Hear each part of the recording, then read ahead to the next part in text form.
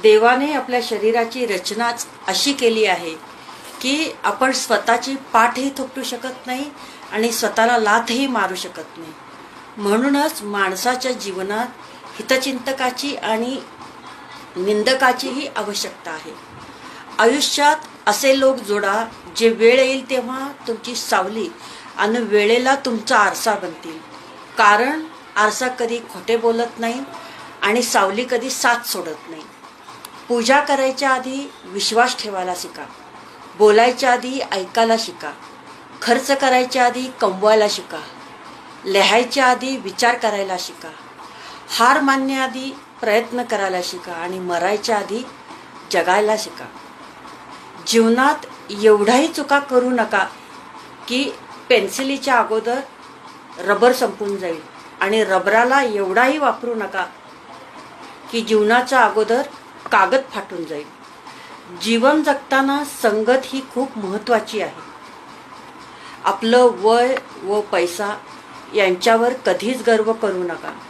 कारण ज्या गोष्टी मोजल्या जातात त्या नक्कीच संपत असतात. मृत्यूनंतरचं हे कटू सत्य आहे. पत्नी ही दरवाजापर्यंत असते, समाज हा स्मशानापर्यंत असतो आणि पुत्र अग्निदानापर्यंत. फक्त आणि फक्त कर्म मोक्षापर्यंत असते. जिच्या उदरात जन्म होतो ती माता आणि जिच्या उदरात अस्त होतो ती माती.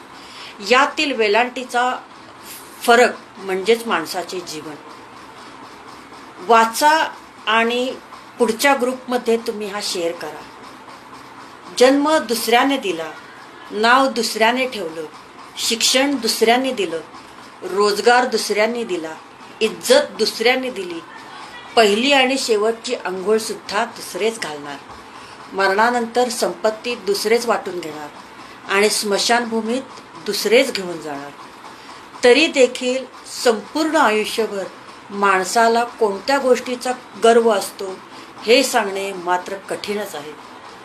दुःख इतकं नशिबान आहे की ज्याला प्राप्त करून लोक आपल्या माणसांना आठवतात. धन इतकं दुर्दैवी आहे की ज्याला मिळवून लोक नेहमी आपल्या माणसांना विसरतात. किती विचित्र आहे ना.